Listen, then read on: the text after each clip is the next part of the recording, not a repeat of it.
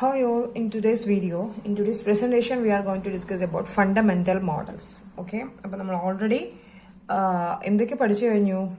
Architectural models, ആദ്യം നമ്മളുടെ physical model, അത് കഴിഞ്ഞിട്ട് architectural models of a distributed സിസ്റ്റത്തിനെ എങ്ങനെയൊക്കെ നമുക്ക് ഓർഗനൈസ് ചെയ്യാം എന്നുള്ളത് അതിൻ്റെ ഒരു മൂന്ന് കൺസെപ്റ്റുകളായിട്ട് നമ്മൾ പറഞ്ഞു. നെക്സ്റ്റ് എന്ന് പറയുന്നത് ഫണ്ടമെന്റൽ മോഡൽസ് ആണ്. ഓക്കെ, ഫണ്ടമെന്റൽ മോഡൽസ് എന്ന് വെച്ച് കഴിഞ്ഞാൽ എന്താണ്? Make explicit all the relevant assumptions about the system we are modelling in distributed system. ഈ ഡിസ്ട്രിബ്യൂട്ടഡ് സിസ്റ്റത്തിലുള്ള ഒരുപാട് സിസ്റ്റംസുകൾ അല്ലെങ്കിൽ കമ്പ്യൂട്ടറുകൾ ഉണ്ടാവും. അവയൊക്കെ എല്ലാം എന്ത് ചെയ്യാം? എക്സ്പ്ലിസിറ്റ് ക്ലിയർ ആക്കി നമുക്ക് ഒരു ഫണ്ടമെന്റൽ ആയിട്ടുള്ള കൺസെപ്റ്റ് എന്ന് പറയുന്നത് അതിനെയൊക്കെ എക്സ്പ്ലിസിറ്റ്ലി നമുക്ക് മനസ്സിലാക്കാൻ പറ്റും. ദാറ്റ് മീൻസ് ക്ലിയർലി നമുക്ക് ഒരു ഡിസ്ട്രിബ്യൂട്ടഡ് സിസ്റ്റത്തിലെ കമ്പ്യൂട്ടർ സിസ്റ്റത്തിന് അല്ലെങ്കിൽ സിസ്റ്റത്തിനെ നമ്മൾ എങ്ങനെയാണ് ആ സിസ്റ്റത്തിനെ ഡിഫറെന്റ് കമ്പ്യൂട്ടേഴ്സിനെ ഒരു ഡിസ്ട്രിബ്യൂട്ടഡ് സിസ്റ്റത്തിൽ ഓർഗനൈസ് ചെയ്ത് അല്ലെങ്കിൽ മോഡലിംഗ് ചെയ്തിരിക്കുന്നത് അതിനെ കുറിച്ചിട്ടെല്ലാം ഒരു എക്സ്പ്ലിസിറ്റ് ആയിട്ടുള്ള കുറച്ചും കൂടി ക്ലിയർ ആക്കുക കാര്യങ്ങൾ. ഓക്കെ, ഒരു ഡിസ്ട്രിബ്യൂട്ടഡ് സിസ്റ്റത്തിലെ സിസ്റ്റങ്ങളുടെ modelling, we are modelling in distributed സിസ്റ്റത്തിൽ മോഡൽ ചെയ്തിരിക്കുന്ന സിസ്റ്റംസിനെ എന്ത് ചെയ്യാം? Make explicit all the relevant assumptions. Okay, എല്ലാ റിലവന്റ് ആയിട്ടുള്ള അസംഷൻസിനെല്ലാം കുറച്ചുകൂടി ക്ലിയർലി നമുക്ക് എന്ത് ചെയ്യാൻ പറ്റും? ഒരു ഫണ്ടമെന്റൽ മോഡലിൽ മനസ്സിലാക്കാൻ പറ്റും. Making generalisation on what is possible or impossible in distributed system. That means എല്ലാ പോസിബിൾ അസംഷൻസ് എന്ന് പറയുമ്പോൾ making generalisation on what is possible or impossible in distributed system.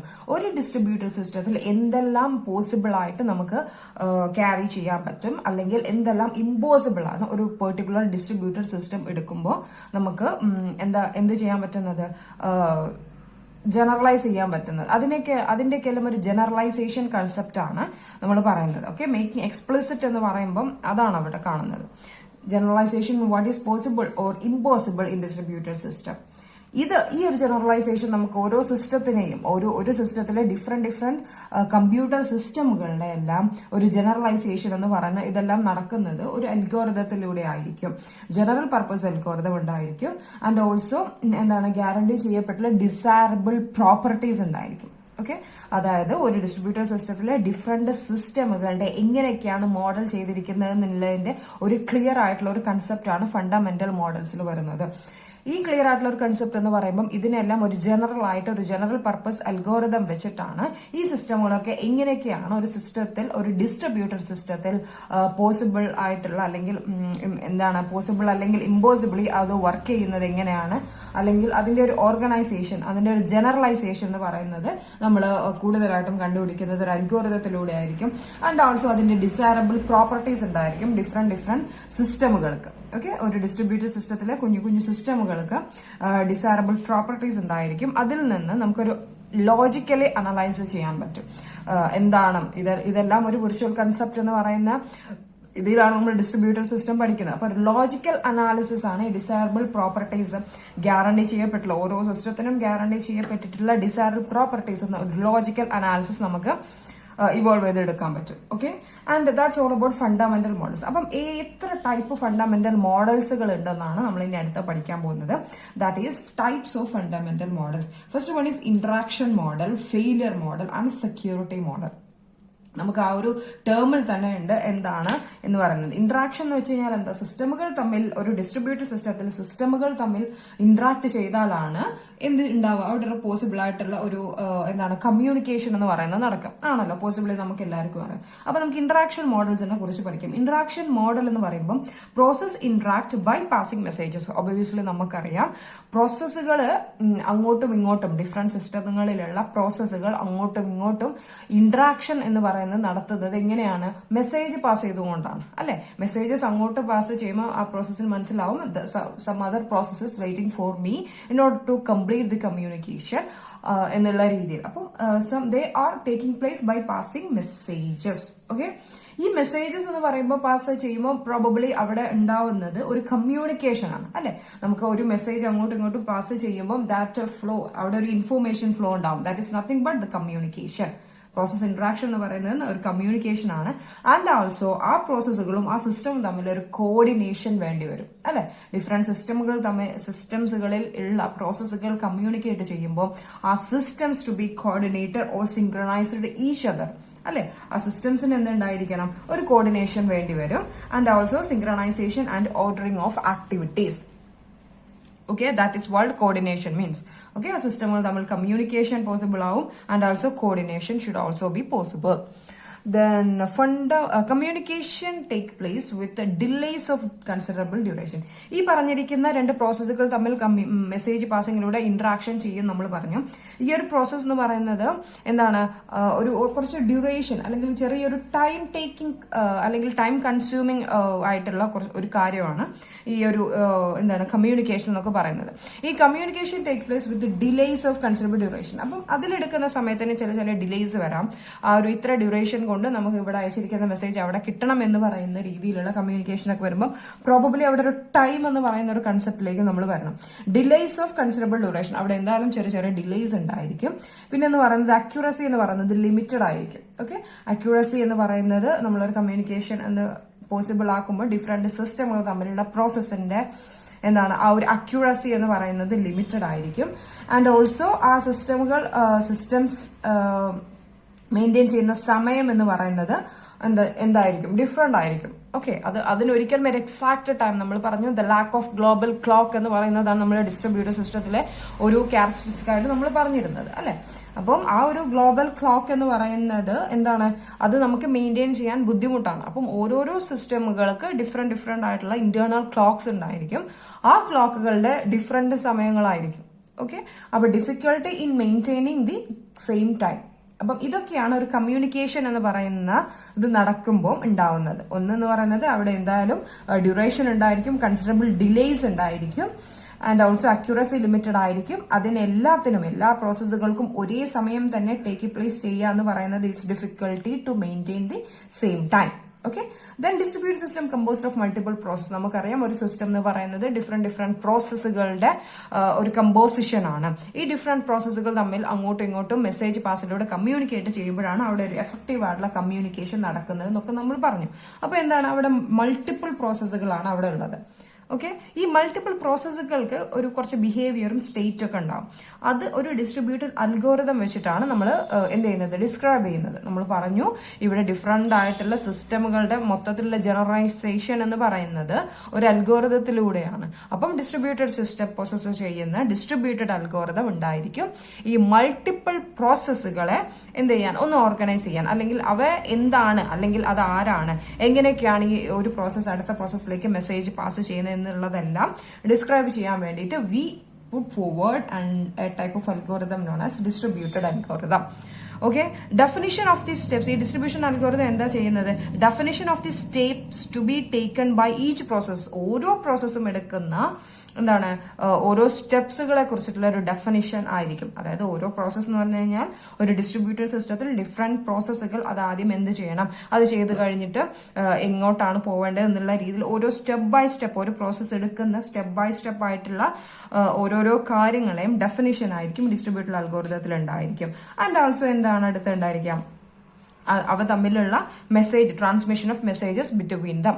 ആ പ്രോസസ്സുകൾ തമ്മിലുള്ള മെസ്സേജ് പാസിങ്ങിനെ കുറിച്ചിട്ടുള്ളതും അല്ലെങ്കിൽ എന്ത് മെസ്സേജ് ആണ് എന്നുള്ള ട്രാൻസ്മിഷനും കൂടിയും ഒരു ഡിസ്ട്രിബ്യൂട്ടഡ് അൽഗോരിതത്തിൽ ഉണ്ടായിരിക്കും. മൾട്ടിപ്പിൾ പ്രോസസ്സുകളെ എങ്ങനെയൊക്കെയാണ് മൾട്ടിപ്പിൾ പ്രോസസ്സുകളെ നമ്മളൊന്ന് ഓർഗനൈസ് ചെയ്യുന്നത് ഡിസ്ട്രിബ്യൂട്ടഡ് അൽഗോരിതം വെച്ചിട്ടാണ്. അതിനൊരു ബിഹേവിയറും സ്റ്റേറ്റ്സ് ഒക്കെ ഉണ്ടാവും. അതെല്ലാം നമ്മൾ പറയുന്നത് ഒരു അൽഗോരിതത്തിലൂടെയാണ്. പിന്നെ state of each process is private. ഓരോ പ്രോസസ്സും ഒരു എന്തെങ്കിലും ഒരു ആക്ടിവിറ്റി ചെയ്തു കഴിഞ്ഞാൽ it changes it state from one state to another state. ഒരു സ്റ്റേറ്റ് 0 എന്ന് പറയുന്ന സ്റ്റേറ്റിൽ നിന്ന് 1 എന്ന് പറയുന്ന ഒരു സ്റ്റേറ്റിലേക്ക് അത് ചേഞ്ച് ആവും. ഓക്കെ, അപ്പം അതെന്ന് പറയുന്നത് പ്രൈവറ്റ് ആണ്. നമുക്ക് ആ ഒരു മെസ്സേജ് പാസിങ്ങും അതിന്റെ ഒരു സ്റ്റെപ്പുകളും മാത്രമാണ് ഡിസ്ട്രിബ്യൂട്ടഡ് അൽഗോരിതത്തിലൂടെ ബിഹേവിയർ എന്നുള്ള രീതിയിൽ നമുക്ക് അറിയാൻ പറ്റുന്നത്. പിന്നെ performance of communication channel. Probably നമ്മൾ അവിടെ മെസ്സേജ് പാസ് ചെയ്യുന്നത് ത്രൂ എ കമ്മ്യൂണിക്കേഷൻ ചാനൽ ആയിരിക്കും. ആൻഡ് അതിന്റെ പെർഫോമൻസ് എന്ന് പറയുന്നത് അതിന്റെ പെർഫോമൻസ് എന്ന് പറയുന്നത് നമുക്ക് അതിന്റെ ക്യാരക്ടറിസ്റ്റിക്സ് ആണ്. ആ ഒരു കമ്മ്യൂണിക്കേഷൻ ചാനൽ എന്തൊക്കെ ഉണ്ടായിരിക്കും. ദാറ്റ് മീൻസ് അതിൽ നമ്മൾ പഠിക്കുന്നത് latency, band width and jitter. Okay, latency എന്താണ്, ബാൻഡ് വിഡ്ത്ത് എന്താണ്, ജിറ്റർ എന്താണ്. ഒരു കമ്മ്യൂണിക്കേഷൻ പോസിബിൾ ആവുന്ന ഒരു എന്താണ് സക്സസ്ഫുൾ ആയിട്ടുള്ള ഡിഫറെന്റ് പ്രോസസ്സുകൾ തമ്മിൽ കമ്മ്യൂണിക്കേറ്റ് ചെയ്യുമ്പോൾ എന്തായിരിക്കും എന്നുള്ളതാണ് എന്താണ് ക്യാരക്ടറിസ്റ്റിക്സ് കൊണ്ട് ഉദ്ദേശിക്കുന്നത്. Okay, then what about latency. അപ്പൊ ലേറ്റൻസി എന്താണ്? ലേറ്റൻസി എന്ന് പറയുമ്പോൾ the time taken for the first of the string of bits transmitted through a network to reach its destination. എന്താണ് ഒരു സ്ട്രിങ് എടുക്കുന്ന അല്ലെങ്കിൽ ഒരു മെസ്സേജ് എടുക്കുന്ന സമയം, അതിനെയാണ് നമ്മൾ ലേറ്റൻസി എന്ന് പറയുന്നത്. ഒരു നെറ്റ്വർക്കിലൂടെ, അതായത് ഒരു മെസ്സേജ് എടുക്കുന്നു, അതിന്റെ ഡെസ്റ്റിനേഷനിൽ എത്താൻ വേണ്ടിയിട്ട്, ഫ്രം സോഴ്സ് ടു ഡെസ്റ്റിനേഷനിൽ എത്താൻ വേണ്ടിയിട്ട് ആ മെസ്സേജ് എടുക്കുന്ന സമയത്തിനെയാണ്, അത് എന്തിലൂടെയാണ്, ത്രൂ എ നെറ്റ്വർക്ക്, അതിനെയാണ് നമ്മൾ ലേറ്റൻസി എന്ന് പറയുന്നത്. For the first of string of bits എന്ന് പറയുമ്പോൾ ആ ഒരു നമ്മൾ ബിറ്റ്സ് ബൈ ബിറ്റ്സ് ആയിട്ടാണ് സെൻഡ് ചെയ്യുന്നത്. സോ അതിന്റെ ഫസ്റ്റ്, അതായത് ഫസ്റ്റ് ഒരു പ്രോസസ് ടു ബി ടേക്കൺ എന്ന് പറയുന്നതിന്റെ ഫസ്റ്റ് പ്രൊസീജിയർ അല്ലെങ്കിൽ ഫസ്റ്റ് ബിറ്റുകൾ ഒരു ഡെസ്റ്റിനേഷനിൽ എത്താൻ വേണ്ടി അതെടുക്കുന്ന സമയത്തിനെയാണ് നമ്മൾ ലേറ്റൻസി എന്ന് പറയുന്നത്.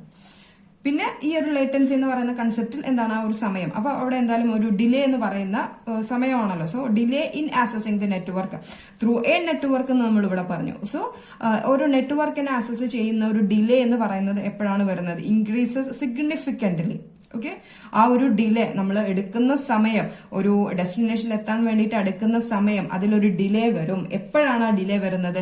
When there is A heavy load. Heavy load means ഒരുപാട് ട്രാഫിക് അവിടെ ആ ഒരു നെറ്റ്വർക്കിൽ ഉണ്ടാവുമ്പോൾ എന്താവും, അവിടെ ഒരു ആ നെറ്റ്വർക്കിനെ പ്രോബബ്ലി ആ ഒരു നെറ്റ്വർക്കിനെ ആക്സസ് ചെയ്യാൻ ഒരു ഡിലേ വരും. ആ ഡിലേ എന്ന് പറയുന്നത് കൂടുമ്പോൾ എപ്പോഴാണ്? അവിടെ ഒരു ഹെവി ലോഡ് ഉണ്ടാവുമ്പോൾ. സോ ലേറ്റൻസിയിൽ ഡിലേ വരും. Accessing the network increases. ആ ഒരു ഡിലേ എന്ന് പറയുന്നത് സിഗ്നിഫിക്കന്റ്ലി ഇൻക്രീസ് ആവും. എപ്പോ? When there is a heavy load.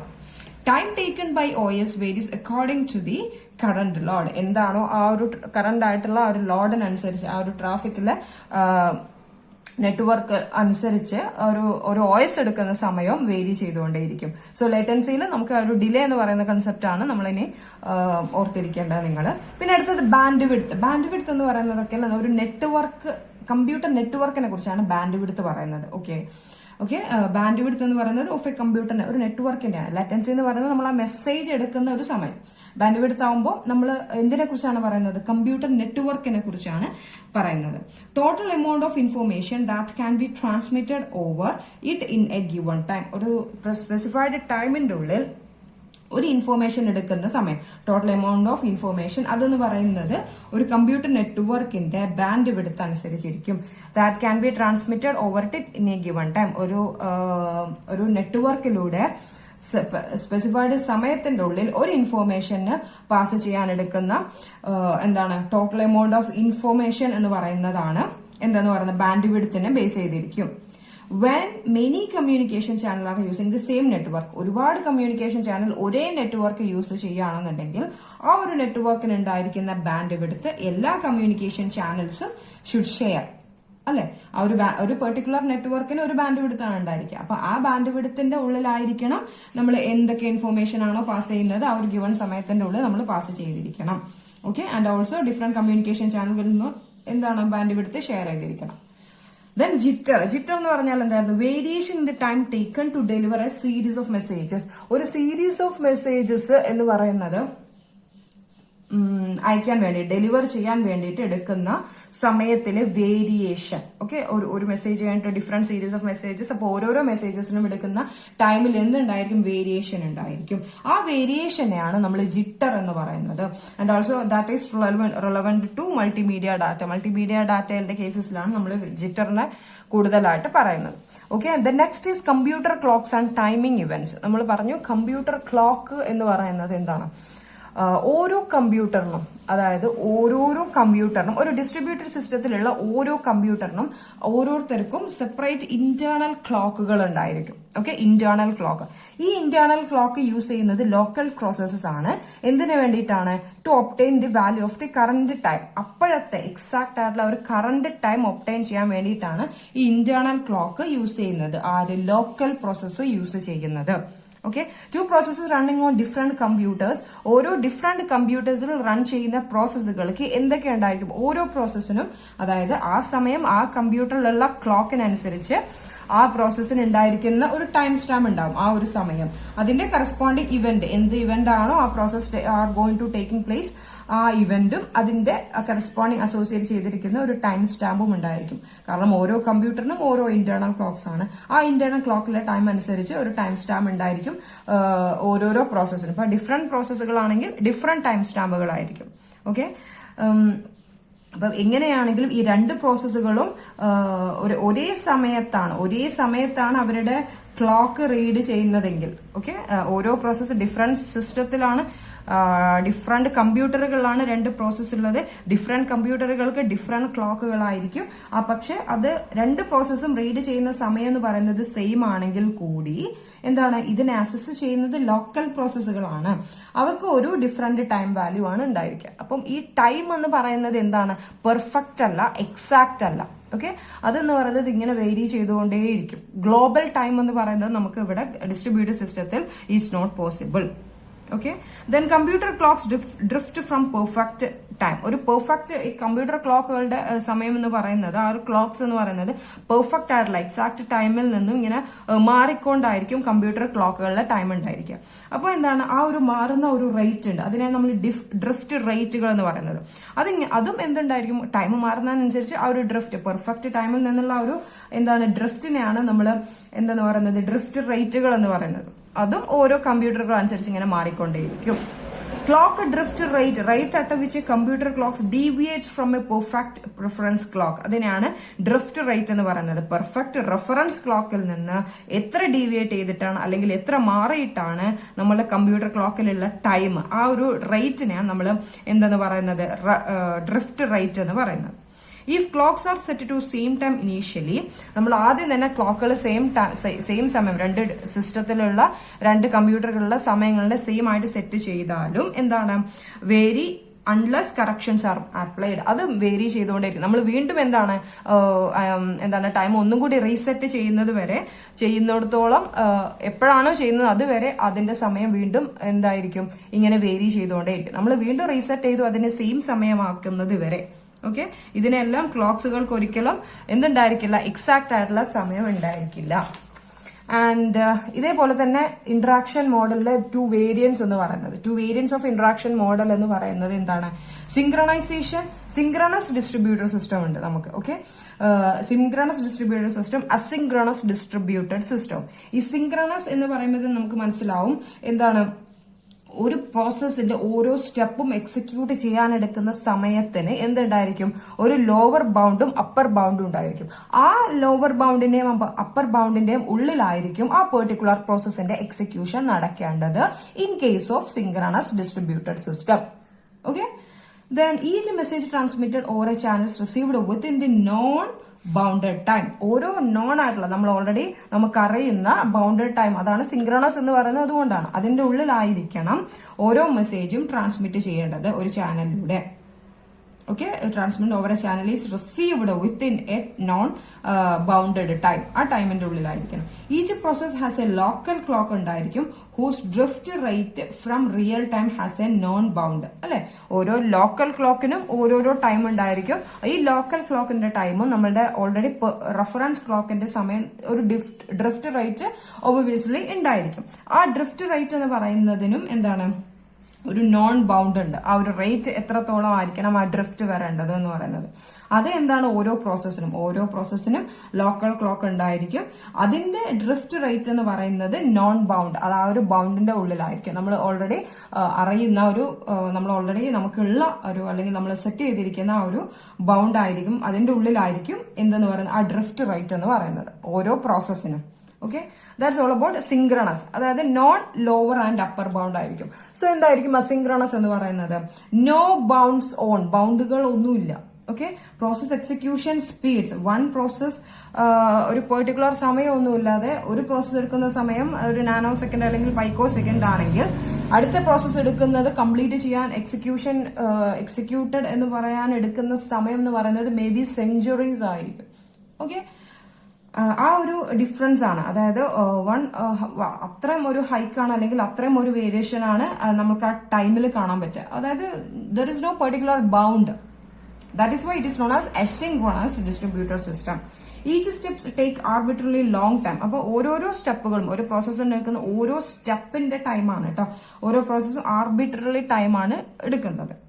അതേപോലെ തന്നെ മെസ്സേജ് ട്രാൻസ്മിഷൻ ഡിലേസ്, ഒരു മെസ്സേജ് ട്രാൻസ്മിറ്റ് ചെയ്യാൻ എടുക്കുന്ന ഡിലേകളും ഒരു message A to B, A എന്ന് പറയുന്ന പ്രോസസ്സിൽ നിന്ന് ബി എന്ന് പറയുന്ന പ്രോസസ്സിലേക്ക് ഒരു മെസ്സേജ് ട്രാൻസ്മിറ്റ് ചെയ്യാൻ എടുക്കുന്ന സമയം വളരെ സ്പീഡ് കൂടുതലാണ്, വളരെ നെഗ്ലിജിബിൾ ആണെന്നുണ്ടെങ്കിൽ അടുത്ത പ്രോസസ്സ് എടുക്കുന്നത് എന്ന് പറയുന്നത് അല്ലെങ്കിൽ അടുത്ത മെസ്സേജ് ഒരു എ ടു ബിയിലേക്ക് അയക്കാൻ എടുക്കുന്ന സമയം മേ ബി സെവറൽ ഇയേഴ്സ് ആയിരിക്കും.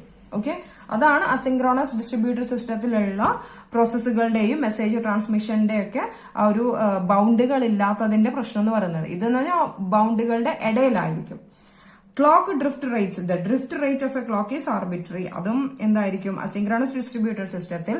ഇവിടെ എന്തായിരുന്നു, ഡ്രിഫ്റ്റ് റേറ്റിനും ഒരു നോൺ ബൗണ്ട് ഉണ്ടായിരുന്നു. അസിൻക്രോണസിൽ ഡ്രിഫ്റ്റ് റേറ്റുകൾക്ക് എന്ന് പറയുന്നത് ഈസ് ആർബിട്രറി ആയിരിക്കും. Okay, that's all about today's class.